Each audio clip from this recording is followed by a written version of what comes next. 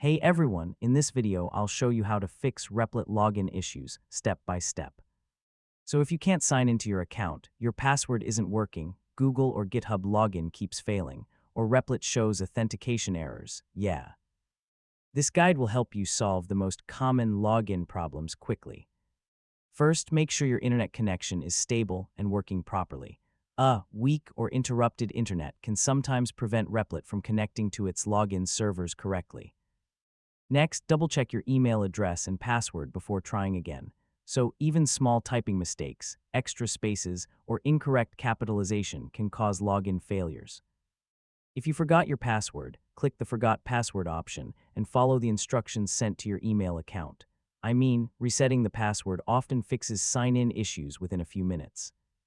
You should also verify that you're logging into the correct account if you manage multiple email addresses or connected login providers.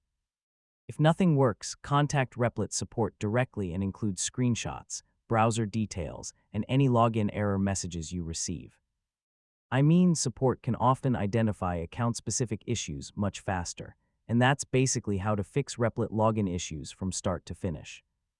After trying these fixes, you should be able to access your Replit account smoothly and get back to coding.